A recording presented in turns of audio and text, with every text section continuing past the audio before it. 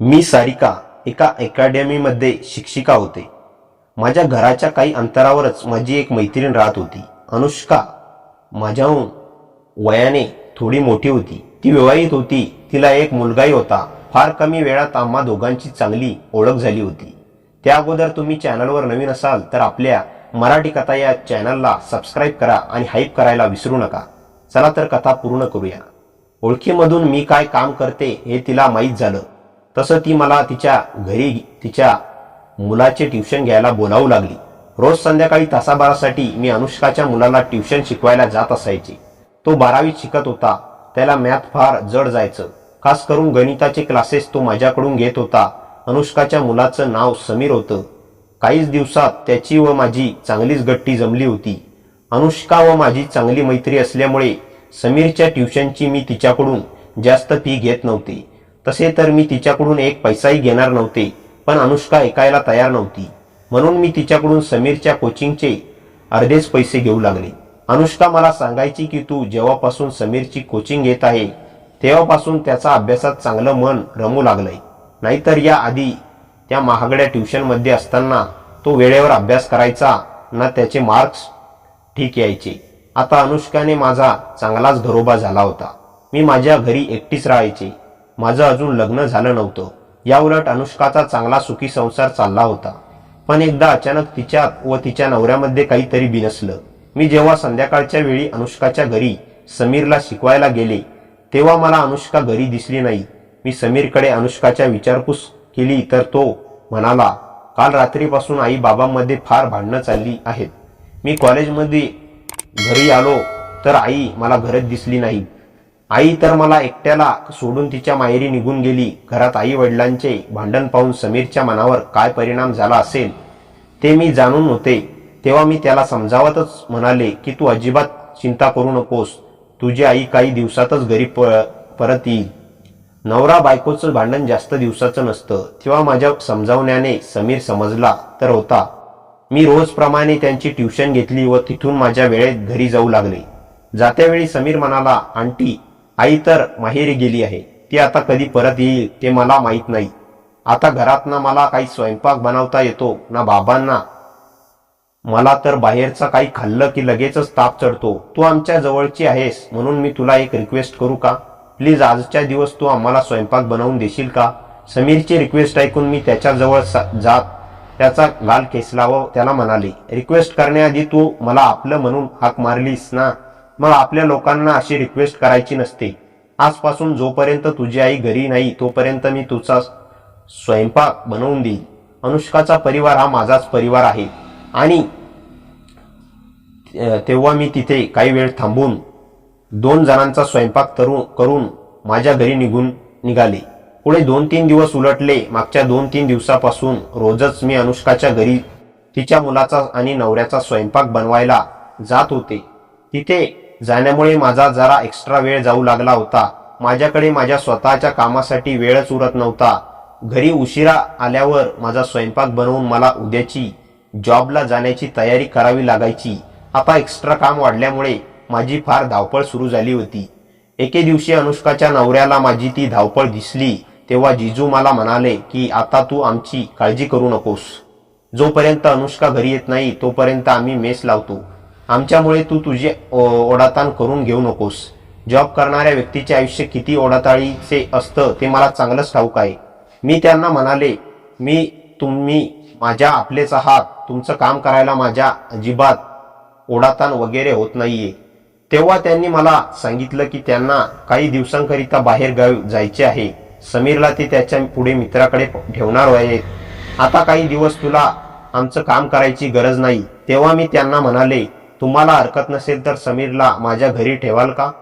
मी असं बोलताच समीरही त्याच्या बाबाकडे हट्ट करू लागला की मी आंटीकडेच थांबणार. मी तुमच्या कोणा मित्राला ओळखत नाही. समीरचा हट्ट पाहून त्याच्या बाबांनी त्याला माझ्या घरी ठेवण्यास होकार कळवला.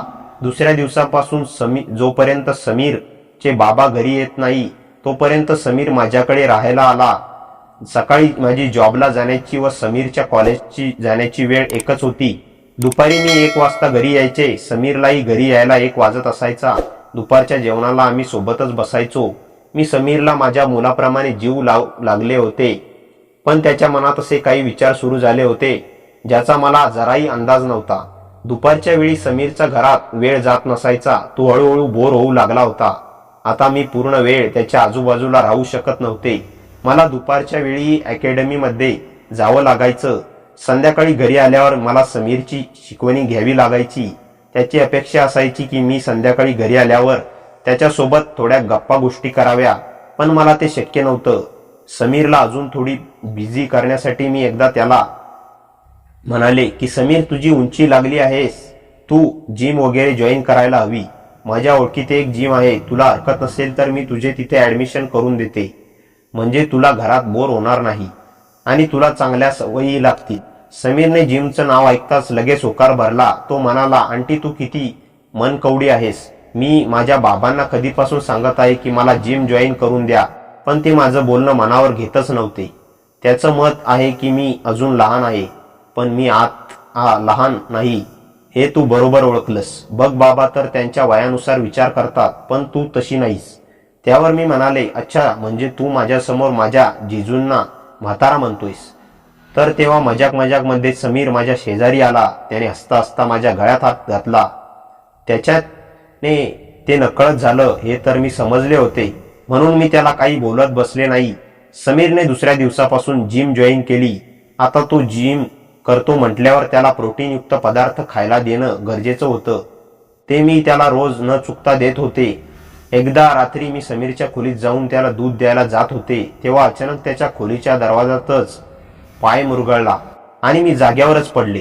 मला पडलेलं पाहून समीर लगेच धावत माझ्या जवळ आला. त्याने तेव्हा काही विचार न करता माझी मदत केली. तेव्हा काही वेळासाठी मी माझं दुखणं विसरले होते, कारण आजपर्यंत माझ्या दुखण्यात नेहमी मी एकटी असायची. माझी काळजी घेणार, मला विचारणारं कोणीही माझ्या जवळ नव्हतं. तेव्हा समीर मला माझ्या खोलीपर्यंत घेऊन गेला. खोलीत देताच त्याने मला खुर्चीवर बसवलं आणि त्यानंतर तो माझ्या पायाला मलम लावून देऊ लागला. समीर मला मलम लावून देत असताना मी आपुलकीने त्याच्याकडे एकसारखी बघत होते. त्या दिवशी पहिल्यांदा कोणीतरी माझी काळजी घेत होतं. मी आता 30 वर्षाची होते, पण अजूनही मी बिन लग्नाचे होते. माझ्या आयुष्यात समीर सारखं काळजी भाऊ कोणी नव्हतं. तेव्हा मी त्याला म्हणाले की समीर, तुला तर मी नासमज समजले होते, पण तू तर फार समजदार आहेस. तुझी मॅच्युरिटी पाहून मी तर आश्चर्यचकित झाले. त्यावर समीर म्हणाला, मी आता लहान नाही, आता मोठा झालोय असं समज. आता माझ्या बाबाप्रमाणे ताकद आली. समीरच्या बोलण्यावर मी हसू लागले. त्याच्या बोलण्यातून तो लहान आणि बालिश वाटत होता. पुढच्या मिनिटाला तो माझी प्रशंसा करू लागला. तो म्हणाला, तू मला सख्याप्रमाणे सांभाळून घेतलंयस. खरंच तू किती चांगली आहेस ना. समीरच्या तोंडून माझं कौतुक ऐकून मला फार बरं वाटत होतं. तेव्हा बोलता बोलता तो म्हणाला, आंटी तुला हरकत नसेल तर मी तुझ्या खोलीत झोपू का? रात्री तुला काही गरज पडली, तुला उठायचं असेल तर मी इथे असलो तर मी तुला उठवायला मदत करू शकतो. समीर फार चांगला मुलगा होता. तेव्हा मी त्याला माझ्या खोलीत झोपण्यास होकार भरला. मी घरात एकटीच असायचे, त्यामुळे मी घरात माझ्या मनमर्जीप्रमाणे राहायचे. तेव्हाही घरात मी माझ्या सवयीप्रमाणे राहत होते. मला पाहून समीर माझ्या सुंदरतेचं कौतुक करू लागला. तो म्हणाला, आंटी तू किती गोरीपान आहेस, त्यामुळे तुझ्यावर कुठले फॅशन शोभून दिसते. तू एखाद्या हिरोईनपेक्षा कमी दिसत नाहीस. तेव्हा मी त्याला म्हणाले, आता माझी प्रशंसा पुरे झाली, आता झोप. सकाळी मला ही वेळेत ऑफिसला निघायचंय आणि तुलाही कॉलेजला जायचंय. तेव्हा एकदमच समीर मला थँक्यू म्हणाला आणि मग झोपी गेला. दुसऱ्या दिवशी सकाळपर्यंत माझा पाय समीरने घेतलेल्या काळजीमुळे अगदी चांगला झाला होता.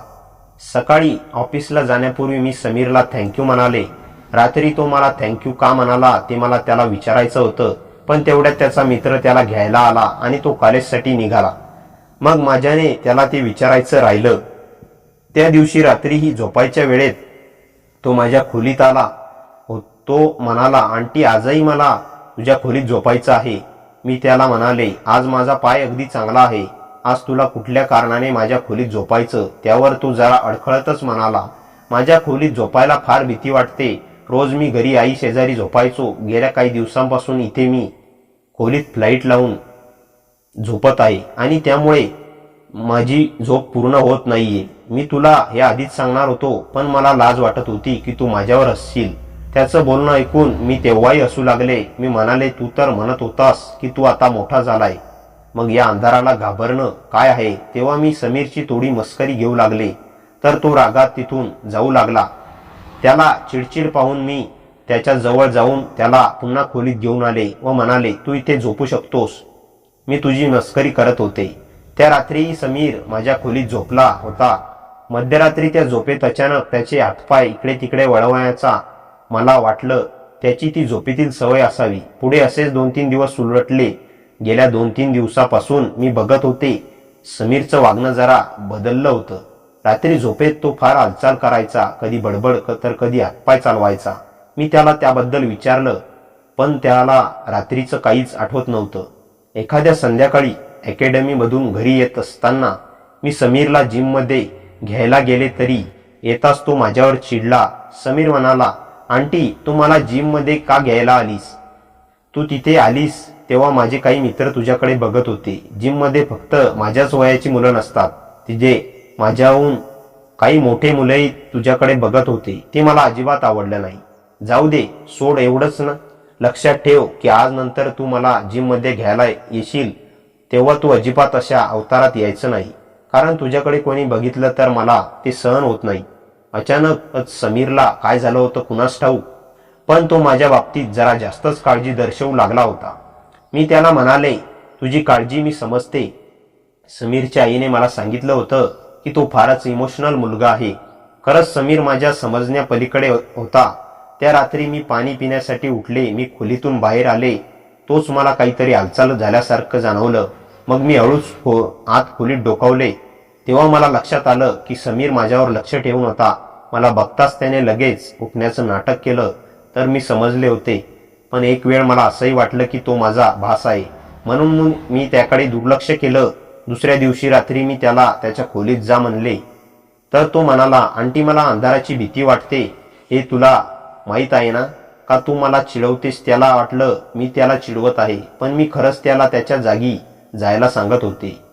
मला एकट्या राहण्याची सवय होती. मला वाटलं होतं समीरचे आईबाबा काहीच दिवसात घरी परततील, आणि तोच विचार करून मी त्याला माझ्याकडे थांबण्यास होकार भरला होता. पण आता मला माझी मोठ्या मागात पडताना दिसत होती. पुढे 2-3 दिवसानंतर भयानकच घडलं. समीर म्हणाला, आंटी, बघ ना आई, बाबा किती आनंदात आणि एकदमच त्यांच्या आयुष्यात असं कुठलं संकट आलं काय माहीत. गेल्या कितीतरी महिन्यांपासून मी त्यांच्यात प्रेम पाहिलंच नाही. तेव्हा मी त्याला पुन्हा समजावलं की होईल सगळं ठीक. पुढच्या रात्री मी समीरला सांगितलं की आता तू माझ्या खोलीत झोपू नकोस, कारण मला एकटं राहण्याची सवय आहे. त्या दिवशी त्याने शहाण्या मुलाप्रमाणे माझं ऐकलं, परंतु मी त्याला म्हणूनही त्याने त्या रात्री माझ्यावर नजर ठेवली आणि अर्ध्या रात्री तो माझ्या खोलीत शिरला. तो म्हणाला, आंटी, मला फारच भीती वाटते. तेव्हा मी जशी त्याच्या बाजूने वळले तसे त्याने माझा हात जोराने पकडला होता. तो म्हणाला, आंटी, तुझ्या आयुष्यात सगळ्यात मोठी कमी आहे ती म्हणजे तुझा एकटेपणा. तुझ्यासारख्या सुंदर मुलीने एकटं जीवन जगणं मला तरी मान्य नाही. तू आता तरी तुझ्या पुढच्या भविष्याचा विचार करायला हवा होता. तेव्हा मी समीरला म्हणाले, समीर, तू माझा चांगला विचार करतोयस, ते पाहून मला फार बरं वाटलं. मलाही तुझ्याशी बोलायचं होतं. समीर, खरं सांगू, आता मला नाही वाटत की तुझी आई कधीच परत येईल, पण तू काळजी करू नकोस, मी तुला सांभाळायला तयार आहे. मी असं बोलताच त्याने माझ्या हातावर चिमटा काढला. मी तेव्हा जोराने ओरडू लागले. माझ्या ओरडण्याने अशोक बेड खालून लगेचच बाहेर निघाला आणि त्याने खोलीतील लाईट सुरू केला. त्याच्या बाबांना पाहून समीर शॉक झाला होता. तो म्हणाला, बाबा, माझ्यापासून हे सगळं लपवायची गरज नाहीये, कारण मी तुमचे व तुमच्या प्रेयसीचे सगळे फोन कॉल्स मेसेज बघितले आहेत. मला विश्वासच बसत नव्हता की तुम्ही मला व आईला अशा प्रकारे फसवत असताल. मागच्या काही दिवसांपासून मी आंटीला अर्ध्या रात्री या खोलीतून बाहेर पडताना बघत होतो. ती रात्रीच्या आपल्या घरी का जात असते ते मला समजत नव्हतं. तिच्यावर लक्ष ठेवण्याकरिता मी तिच्या खोलीत झोपायला येत होतो. शेवटी माझा संशय खरा ठरला. आईलाही तुमचा आणि आंटीचा अफेअर माहीत झालाय, म्हणून मी तुम्हाला सोडून गेली ना. समीर मला म्हणाला, मलाच हे सगळं सत्य बघायचं होतं. माझ्या आई वडिलांचं प्रेमाचं नातं खराब करणारी तू आहेस, तर आता तुझा खरा चेहरा माझ्या समोर आलाय. तू कधीच कोणाशी प्रामाणिक राहू शकत नाहीस. माझ्या बाबांनाही पुढे जाऊन धोका देशील हे नक्की. त्यावेळी त्याचं बोलणं ऐकून मला माझीच लाज वाटू लागली. अशोक माझी जुनी मैत्रीण होती. मी त्याच्या प्रेमात पडले होते. तो एक विवाहित पुरुष आहे याचा मी विचारच केला नाही. अशोक त्याच्या मुलाचं बोलणं ऐकून भावूक झाला होता. अशोकने माझ्यासोबत आयुष्य घालवण्याचं जे मला वचन दिलं होतं ते तेव्हा त्याने झटक्यात मोडलं. तो त्याच्या मुलाला घेऊन तिथून निघून गेला आणि शेवटी मी एकटे पडले होते. लग्न झालेल्या पुरुषासोबतची जवळ काही कालावधीसाठीच असते. क्षणभराच्या आनंदानंतर शेवटी तो विवाहित पुरुष त्याच्या संसारात परततो. म्हणून अशा नको त्या नात्यात अडकण्याआधी मुलींनी एकदा आपल्या भविष्याचा सखोल विचार करावा. अशोक आणि समीर दोघेही घर सोडून गेल्यानंतर सारिका घरात पूर्णपणे एकटी पडली होती. त्या रात्री तिच्या मनात एकच प्रश्न ठणकत होता की एवढ्या चांगल्या हेतूने कोणाची मदत केली असताना शेवटी तिच्यावर चुकीचा आरोप कसा काय आला. समीरच्या डोळ्यात तिने पाहिलेला राग, दुःख आणि तुटलेपणा सारिका विसरू शकत नव्हती. तिने त्याला नेहमी मुलाप्रमाणे जपलं होतं, पण परिस्थितीने तिचं संपूर्ण आयुष्य एका चुकीच्या चौकटीत उभी केलं होतं. दुसऱ्या दिवशी सकाळी तिने ठरवलं की आता आयुष्यात जे काही उरलंय ते पुन्हा उभं करायचं. तिने स्वतःला बळ दिलं, शांतपणे घर आवरलं आणि अकॅडमीला जायची तयारी केली. पण मार्गात अनुष्काचा फोन आला. ती रडतच म्हणाली, सारिका, मला सगळं समजलंय. समीरने काल रात्री मला मेसेज केला. मी जे काही ऐकलं होतं त्यातून तुला दोषी समजणं ही माझी चूक होती. अनुष्का पुढे म्हणाली, सारिका, मी घर सोडून गेले ते माझ्या आणि अशोक मधल्या तणावामुळे, तुझ्यामुळे नाही. उलट तू आमच्या घराला आधार दिलास. सारिका काही क्षण शांत राहिली. तिच्या मनावरचं मोठं ओझं हलकं झालं. पण तिने शांतपणे उत्तर दिलं, अनुष्का, मी फक्त तुमच्या कुटुंबाला सांभाळायचा प्रयत्न केला. पण काही गोष्टी आपल्या हातात नसतात. काही क्षण शांतता पसरली. अनुष्काने हळूच म्हटलं, समीर आता माझ्याकडे आहे. तो तुझ्याबद्दल खूप वेगळ्या समजुतीत गेला होता, पण आता त्याला त्याची चूक कळली. तुला भेटायला तो येणार आहे. दुपारी सारिका घरी परतली तेव्हा दारावर बेल वाजली. समीर उभा होता, डोळ्यात अपराधी भाव, चेहऱ्यावर पश्चाताप. सारिका काही बोलण्याआधीच तो म्हणाला, आंटी, मला माफ कर. मी खूप चुकीचं बोललो. तुम्ही माझ्या आईसारखी काळजी घेतली आणि मीच तुमच्यावर शंका घेतली. मला असं वागायला नको होतं. सारिकाने त्याच्या डोळ्यात बघितलं. तिला राग नव्हता, फक्त काळजी. ती म्हणाली, समीर, तू मोठा होता आहेस, पण मोठं होणं म्हणजे चुकीच्या गोष्टी समजून घेणं नव्हे, तर त्या सुधारण्याची हिंमत ठेवणं आहे. तू मला तुझा राग नाही. समीर शांतपणे मान खाली घालत म्हणाला, आंटी, बाबांनी तुमच्याबद्दल खूप गैरसमज केले. आता तेही सगळं समजून घेत आहेस. तुम्ही आमच्या घरासाठी जे केलं ते कधी विसरता येणार नाही. त्या दिवसानंतर सारिकाने ठरवलं की कोणाच्याही अडचणीमध्ये स्वतःला इतकं गुंतवायचं नाही की स्वतःचंच आयुष्य हातातून निसटून जाईल. तिने अकॅडमीमधील कामावर लक्ष केंद्रित केलं, स्वतःला पुन्हा उभं केलं आणि मनात एक धडा कोरला. मदत करणे चुकीचे नाही, पण स्वतःला विसरून मदत करणं ही मोठी चूक आहे. काही दिवसांनी अनुष्का परत घरी आली. कुटुंबातील तणाव हळूहळू कमी झाले आणि सारिका ती आपल्या आयुष्याचा नव्या अध्यायाकडे शांतपणे नव्या आशेने पाऊल टाकू लागली. समीर त्या दिवशी सारिकाच्या दारात उभा राहिला होता. डोळ्यात खोल पश्चाताप घेऊन सारिकाने त्याला आत बसायला सांगितलं. त्याने हळू आवाजात सांगितलं, आंटी, माझ्या गैरसमजामुळे तुम्हाला जे काही सहन करावं लागलं ते विसरण्यासारखं नाही, पण मला माफी द्या. मी मुलगा आहे, पण कधी कधी भावना चुकीच्या दिशेला नेतात. सारिका शांतपणा म्हणाली, समीर, भावना चुकीच्या दिशेला जातात तेव्हा थांबणं शिकायला लाग. तू आज इथले आलास ते पुरावाच नाही की तू चूक ओळखलीस. त्याच्या डोळ्यातलं वजन हलकं झालं. काही वेळानंतर तू गेला त्या क्षणी सारिकाला जाणवलं की तुटलेल्या नात्यापेक्षा तुटलेली मजबूत समजूत सुधारण्यासारखी आहे. अनुष्काने नंतर सारिकाला भेटून सर्व गैरसमज दूर केले. अशोकनेही आपली चुकीची वागणूक मान्य केली, पण सारिकाने पूर्वीसारखी कोणत्याही घरात मिसळून जाण्याची तयारी दाखवली नाही. तिला आता स्वतःच्या मर्यादा, स्वतःची किंमत आणि स्वतःची शांतता किती महत्वाची आहे हे नीट कळलं होतं. तिच्या घरात पुन्हा एकाकीपणा होता, पण हा एकाकीपणा आता वेदना देणारा नव्हता. तो शांत, स्वच्छ आणि स्वतःकडे बघण्याची संधी देणारा होता. जीवनाला नवा आकार देण्याचा निर्धार सारिकाने हळूच स्वतःशीच केला. ती अधिक अभ्यास करू लागली, नोकरीत नवीन जबाबदाऱ्या घेतल्या आणि स्वतःचा छोटा क्लास सुरू करण्याचं स्वप्न प्रत्यक्षात उतरवू लागली. काही महिन्यात तिचा क्लास इतका वाढला की तिला मदतनीस ठेवावा लागला. तिचं आयुष्य आता कोणावर अवलंबून नव्हतं. ती स्वतःवर उभी होती, भक्कम, स्थिर, शांत. एकदा संध्याकाळी टेरेसवर उभी राहून ती सूर्यास्त पाहत होती. हलक्या वाऱ्याने केस मागे सरकले. तिच्या चेहऱ्यावर एक हलकी स्मित रेषा उमटली. तिने स्वतःला हळूहळू आवाजात म्हटलं, काही शेवटी अलगद बंद होणारे दरवाजे नवीन सुंदर मार्ग दाखवतात.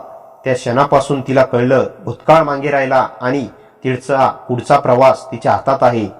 इथं तिची कथा संपते, पण तिचं आयुष्य नव्या, शांत, स्वच्छ प्रकाशात पुन्हा सुरू होतं. तर मित्रांनो, कथा कशी वाटली कमेंटमध्ये नक्की सांगा आणि मराठी कथा या चॅनलला नक्की सबस्क्राईब करा. धन्यवाद.